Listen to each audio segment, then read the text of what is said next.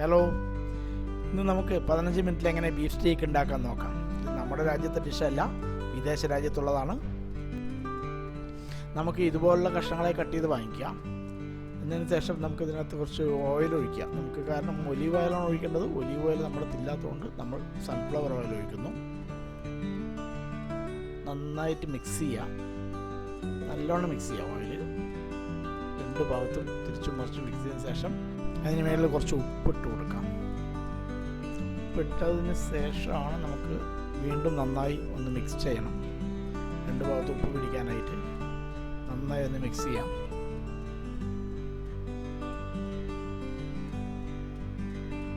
എന്നിട്ട് അതിൻ്റെ മുകളിൽ നമ്മൾ പൊടിച്ചു വെച്ചിരിക്കുന്ന ക്രഷ് കുരുമുളക് അങ്ങോട്ട് ഇടുക. കുരുമുളക് ഇട്ടതിന് ശേഷം ഒന്ന് മിക്സ് ചെയ്യാം.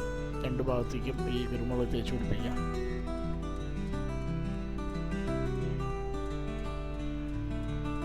അത് നന്നായി മിക്സായി വറ്റാം. എല്ലാ ഭാഗവും മിക്സായി വന്നിട്ടുണ്ട്. ഇനി നമ്മൾ ഇതിനെ എടുത്തിട്ട് ചീനച്ചട്ടിയിലേക്ക് മാറ്റാം. അതിനായിട്ട് നമ്മൾ വീണ്ടും സൺഫ്ലവർ ഓയിൽ ചീനച്ചട്ടിയിൽ ഒഴിച്ചു. കുറച്ച് ചൂടായതിനു ശേഷം നമുക്ക് ഇതിനകത്ത് സ്റ്റീക്കിനെ അതിനകത്തേക്ക് ഇടാം. അപ്പോൾ എണ്ണ നന്നായി ചൂടായി വന്നിട്ടുണ്ട്. സ്റ്റീക്ക് വെന്തുകൊണ്ടിരിക്കുകയാണ്. നമ്മൾ സാധാരണ രീതിയിൽ നമ്മൾ ഇന്ത്യക്കാർ നന്നായിട്ട് കുക്ക് ചെയ്ത് കഴിക്കുന്ന ആൾക്കാരാണ്, നന്നായിട്ട് വേവിച്ച് കഴിക്കുന്ന ആൾക്കാരാണ്. യൂറോപ്പിൽ പല ആൾക്കാരും ചെയ്യുന്നത് ഇത് ഹാഫ് കുക്കിംഗ് ചെയ്ത് കഴിക്കുന്ന ആൾക്കാരാണ്. കുക്ക് ചെയ്യുന്ന ആൾക്കാരും ഉണ്ട്. അവർ മുഴുവനായിട്ടും ഉള്ളിൽ വേവുന്ന രീതിയിൽ അവർ കുക്ക് ചെയ്യാറില്ല. ചില ആൾക്കാർ കുക്ക് ചെയ്യും, ചില ആൾക്കാർ കുക്ക് ചെയ്യാറില്ല.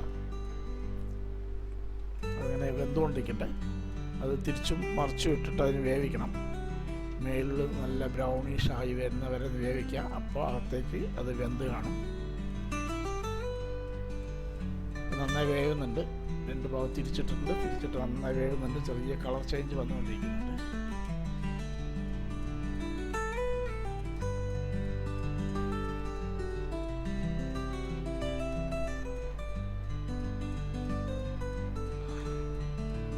അത് നന്നായി വേവട്ടെ. നന്നായി വെന്തില്ലെങ്കിൽ നമുക്ക് ചിലപ്പോൾ ബുദ്ധിമുട്ടുണ്ടാകും, ദഹനക്കുറവ്. നമുക്ക് മാംസം നന്നായി വേവിച്ച് കഴിക്കുന്ന ശീലമുള്ള ആൾക്കാരായതുകൊണ്ട് നന്നായി വേവട്ടെ. ഓൾമോസ്റ്റ് വെന്ത് വന്നിട്ടുണ്ട്. നമുക്ക് ഒന്നുകൂടി തിരിച്ചിടാം. ഓൾമോസ്റ്റ് വെന്തിട്ടുണ്ട്. ഒന്നുകൂടെ മറിച്ചിട്ട് കഴിഞ്ഞാൽ നമുക്ക് ഇതിൻ്റെ കളർ ഒന്ന് ചേഞ്ച് കിട്ടും. ഇതുപോലുള്ള കളറാകുമ്പോൾ അകത്ത് നന്നായി വെന്ത് കാണും.